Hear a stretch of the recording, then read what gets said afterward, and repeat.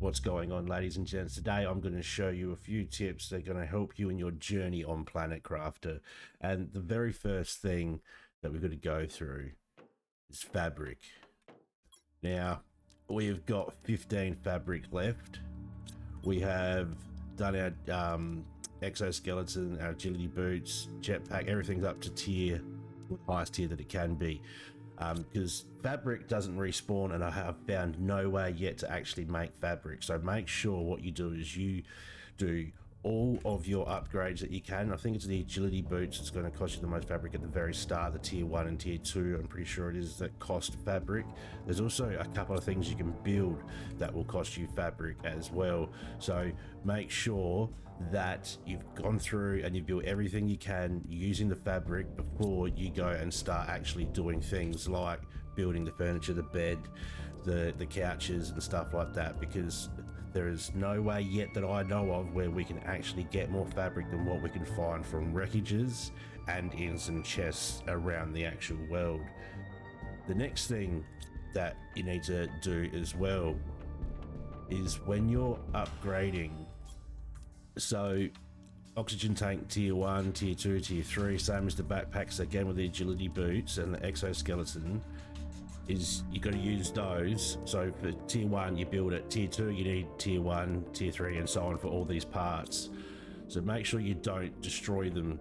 And also going for your actual buildings, so your veggie tube, your drills and all that sort of stuff, even your solar panels. At the start of the game you're obviously going to start off with your wind turbines, and then once you've unlocked solar panel tier 1 you're going to start building those, and solar panel tier 2 you're going to start building those. Same thing goes for the heaters and then your nuclear reactors.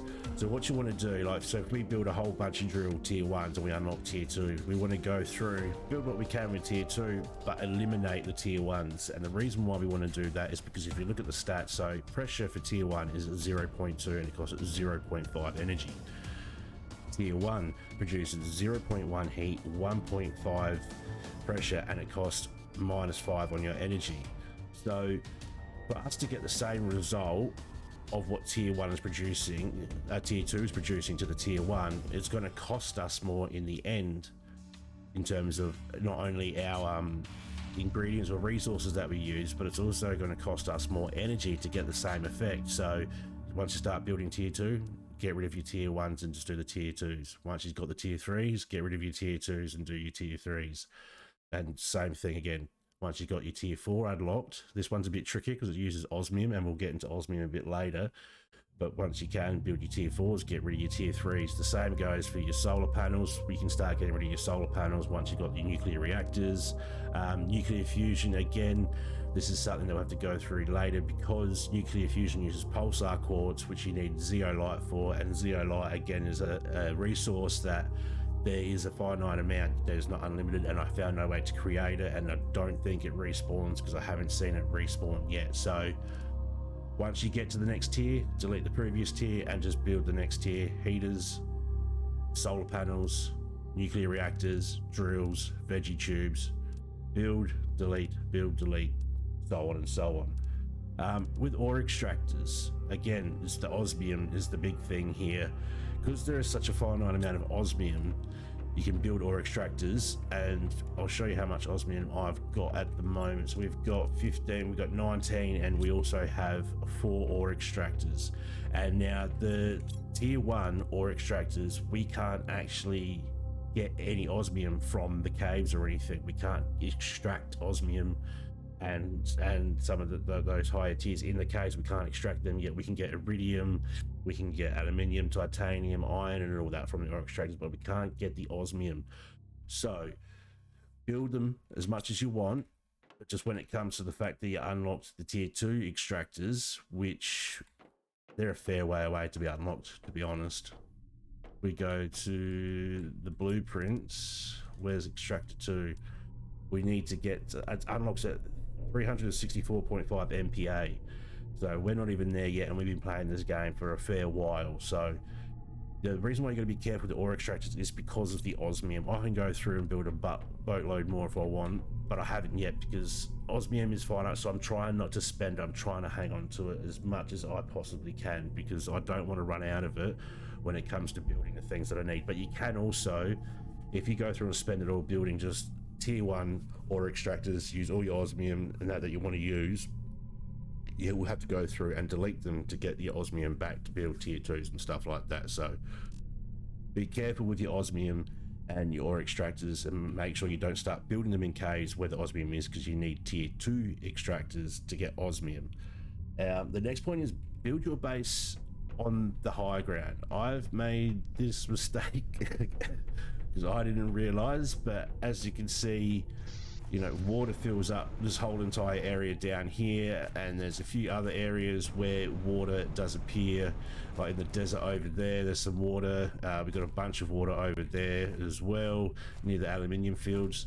So make sure you start building your base on the high ground, because if you start down here and you continue it down there, you're going to get your base flooded, and you will not be, you know, you can be very happy once you find out that all your stuff's underwater.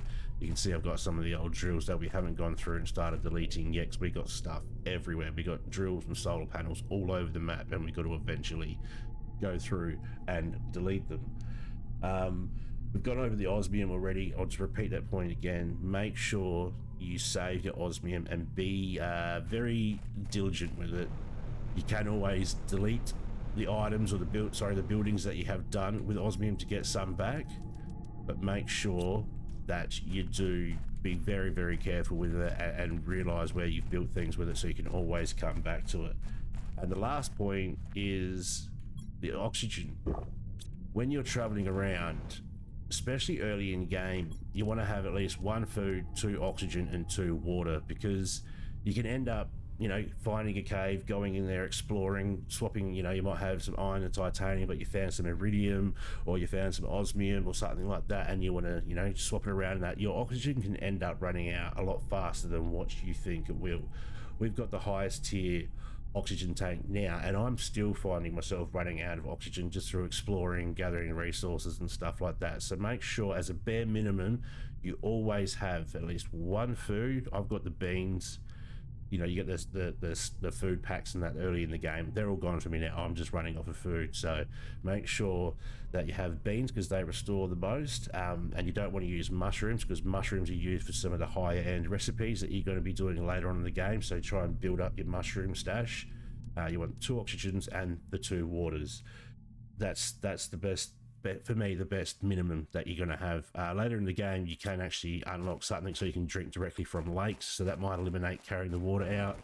And it can be a bit frustrating, because you do, you know, you're losing those 5 spaces in your inventory, but it's worth it, because it saves you having to die. You know, you might, like I said, gathering your resources, you're not really paying attention to your oxygen, and boom, oh shit, it's starting to run out.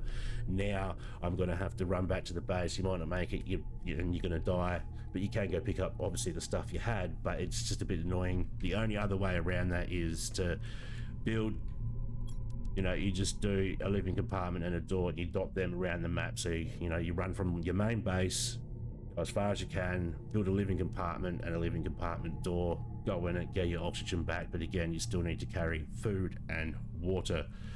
So those are the tips that will help you out, especially in the start of this game, getting to where you want to go, and just succeeding a bit easier, because these are things that I've learned along the way through my multiple starts, especially with the building low down in the valley where the water is and having my base flooded and stuff like that. These are just some little tips that are going to make it a bit easier on your journey through Planet Crafter.